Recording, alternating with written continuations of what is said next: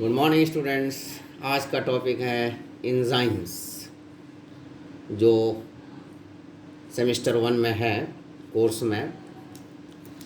तो डिफरेंट तरह की इसमें छोटे छोटे पॉइंट्स हैं और डिफरेंट तरह के कॉम्पिटिटिव एग्ज़ाम में ये काम आएगा। एमएससी के तो एग्ज़ाम में काम आएगा ही। तो पहला टर्म है कैटालिसिस।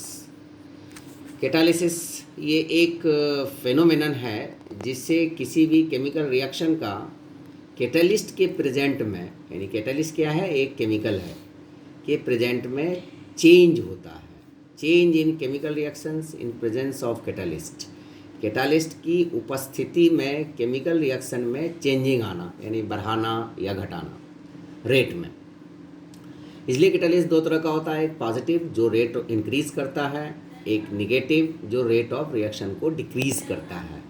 यानी जो एक रिएक्शन मान लिया कि ए है, ए बी में कन्वर्ट हो रहा है, इसमें 1 घंटा टाइम लगता है, लेकिन इसी में मैंने इस सब्सटेंस को यहाँ पर जोड़ दिया तो अब इसमें ये आधा घंटा लगता है। तो ये रेट इंक्रीज किया तभी तेज़ी से हुआ। तो इसी प्रोसेस का नाम है कैटालिसिस। अब एंजाइम किसे कहते हैं? A proteinious compounds capable of catalysing biochemical reactions in living beings.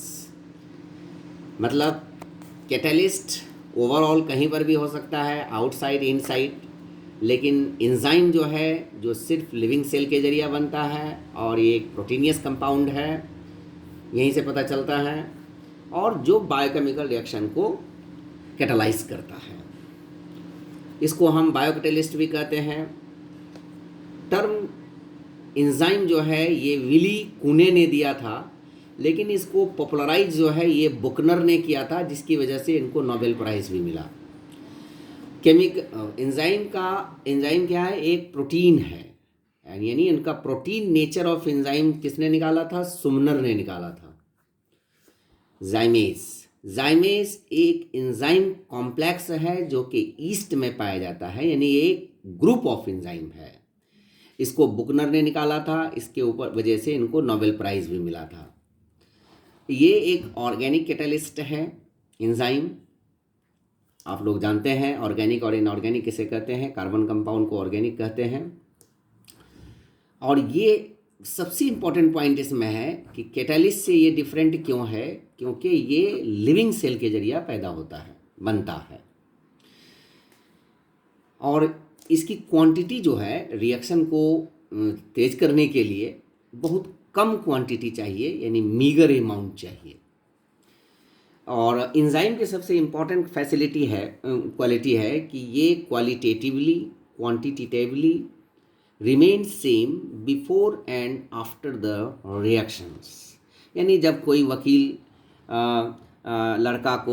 लड़का के परिवार को लड़की के परिवार से मिलाता है और बाद में दोनों लड़का लड़की की मैरिज हो जाता है, तो वकील जो है फिर अपने आप को अलग कर लेता है। तो वकील के क्वालिटी में क्वांटिटी में कोई चेंजिंग नहीं आता है। तो ठीक उसी तरीके से एंजाइम भी करता है कि जिस तरह से एंजाइम मान लिया कि ये सबस्ट्रेट है, ये एंजाइम है, जिस तरह से ये सबस्ट्रेट और एंजाइम बीच में ये एंजाइम सबस्ट्रेट कॉम्प्लेक्स बनाया, बाद में ये प्रोडक्ट और एंजाइम दिया। तो ये एंजाइम और ये एंजाइम, ये before the use of reaction enzyme है, ये आफ्टर द रिएक्शन एंजाइम है। तो ये दोनों की केमिकल प्रॉपर्टीज़ में, फिजिकल प्रॉपर्टीज़ में, यानी क्वालिटेटिव क्वांटिटेटिव चेंज नहीं होगा।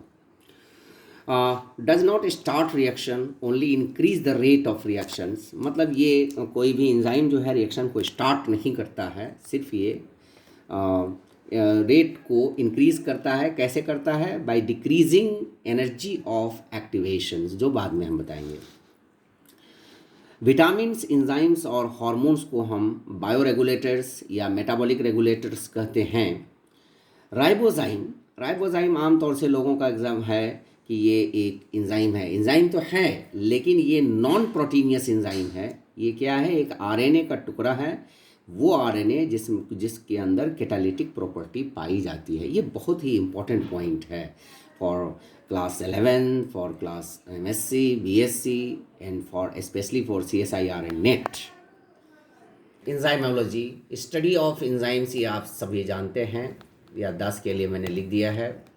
अब इंजाइम को हम अलग अलग ढंग से डिफरेंट क्लासिफिकेशन में कर सकते हैं, जैसे कॉन्स्टिट्यूटिव और या हाउस कीपिंग इंजाइम्स, वो इंजाइम जो सेल में हमेशा प्रेजेंट होता है और जो कि मेन सेंट्रल मेटाबॉलिक एक्टिविटी को करता है।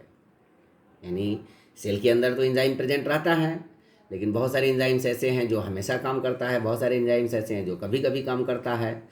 तो जो सेंट्रल एक्टिविटी को, जैसे ग्लाइकोलाइसिस, क्रैब साइकिल्स, तो इसको हम कॉन्स्टिट्यूटिव या हाउस कीपिंग एंजाइम कहते हैं। दूसरा है repressible enzyme, catalyse synthesis of important metabolites, यानी जो इम्पॉर्टेंट मेटाबोलाइट की ज़रूरत पड़ी तो ये काम करेगा, फिर जैसे मेटाबोलाइट्स बढ़ गया, रिक्वायर्ड अमाउंट में हो गया, तो फिर इसको रोक दिया जाता है, वो खुद रोक देता है, जैसे hexokinase. Inducible, synthesized only when required, मतलब जब ज़रूरत पड़े तो करते हैं, तो इसके अंदर आता है लैक्टेज, नाइट्रेट रिडक्टेज। फिर उसको हम बांटते हैं एक्सो एंजाइम्स, जैसे ये सेल है, ये सेल और ये एंजाइम है। ये एंजाइम बनाया तो ये सेल, बना तो इस सेल के अंदर, लेकिन ये काम करेगा आउटसाइड, तो ये हो गया एक्सो एंजाइम्स।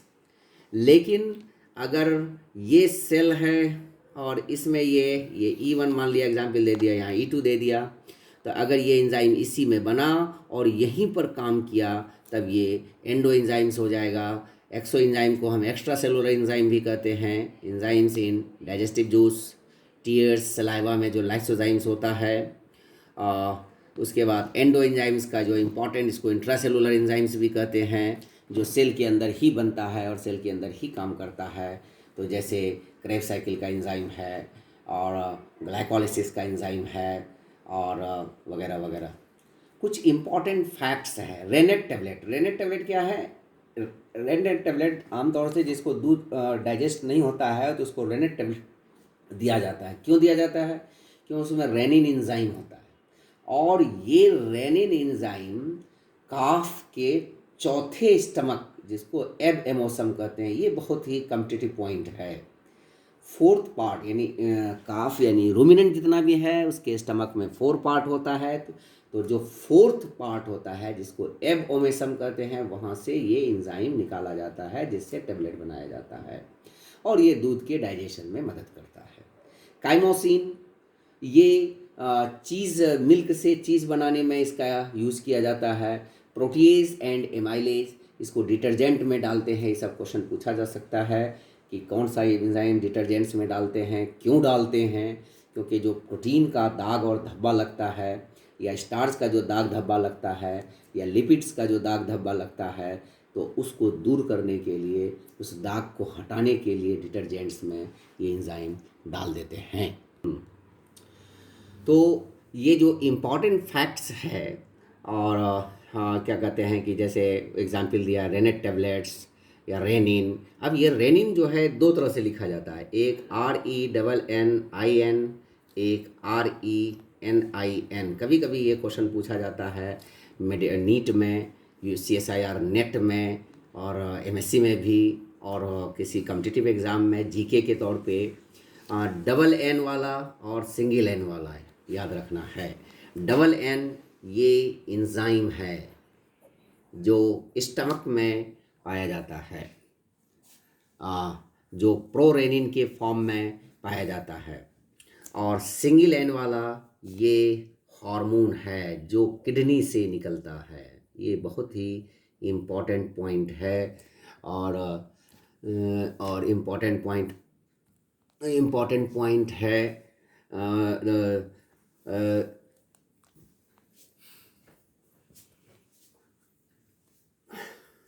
इम्पॉर्टेंट पॉइंट है, ये बहुत है कि जैसे रेनिन, ये कहाँ से पाया जाता है? स्टमक में। और ये सिंगल N वाला रेनिन जो कहाँ पाया जाता है? किडनी में। और दूसरा, आमतौर से बच्चे जो है कंफ्यूज कर जाते हैं, ये हार्मोन है, ये एंजाइम है, ये स्टमक में हुआ, और क्या कहते हैं, उसी तरह से जैसे रेनेट टेबलेट बहुत सारे बच्चे जानते हैं, बहुत सारे लोग नहीं जानते हैं, इसलिए ये सब कुछ बातें तो छोटी सी लग रही है लेकिन है बहुत इम्पॉर्टेंट।